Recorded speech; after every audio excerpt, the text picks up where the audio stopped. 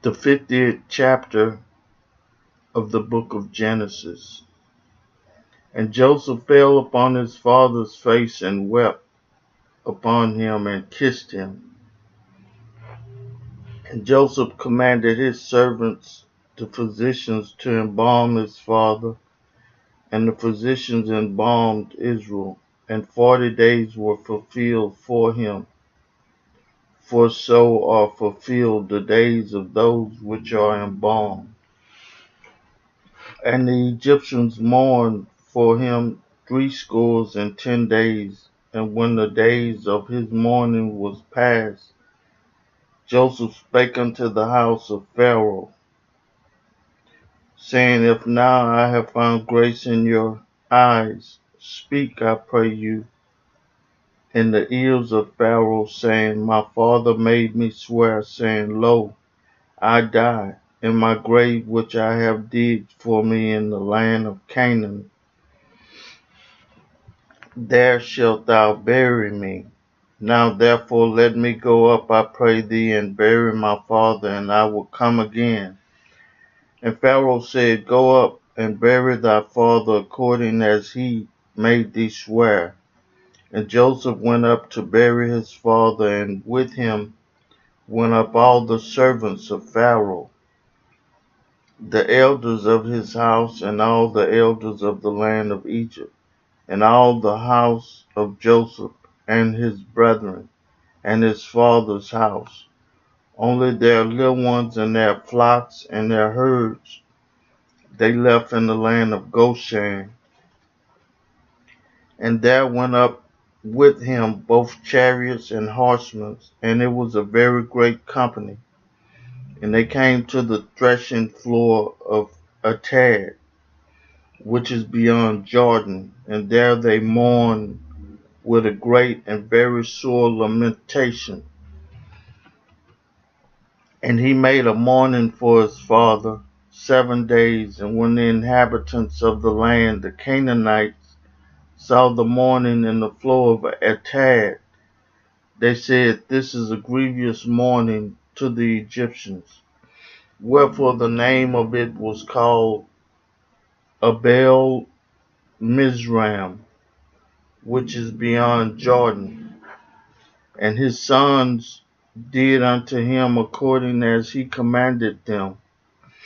For his sons carried him into the land of Canaan, and buried him in a cave of the field of Machpelah, which Abraham bought with the field for possession of a burying place of Ephraim the Hittite before Mamre. And Joseph returned into Egypt, he and his brethren, and all that went up with him to bury his father. After he had buried his father, and when Joseph's brethren saw that their father was dead, they said, Joseph will peradventure hate us, and will certainly requite us all the evil which we did unto him. And they sent a messenger unto Joseph, saying, Thy father did command before he died, saying, So shall ye say unto Joseph, Forgive, I pray thee now, the trespass of thy brethren, and their sins, for they did unto thee evil. And now we pray thee, forgive the trespass of the servants of the God of thy father. And Joseph wept when they spake unto him, and his brethren also went and fell down before his face, and they said, Behold, we be thy servants. And Joseph said unto them, Fear not, for am I in the place of God? But as for you, ye thought evil against me, but God meant it unto good, and to bring to pass as it is this day, to save such people alive.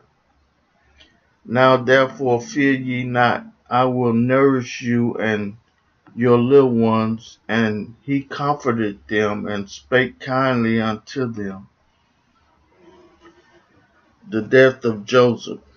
And Joseph dwelt in Egypt, he and his father's house.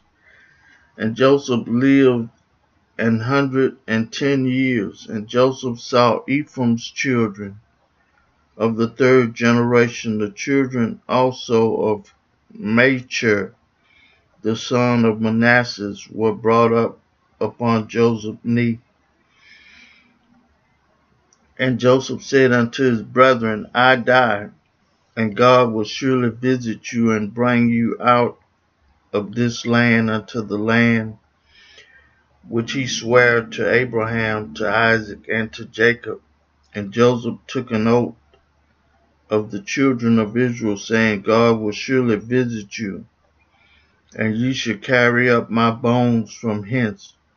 So Joseph died, being 110 years old, and they embalmed him, and he was put in a coffin in Egypt. I read for you the 50th chapter of the book of Genesis. May God add a blessing to the hearers and the doers of his word.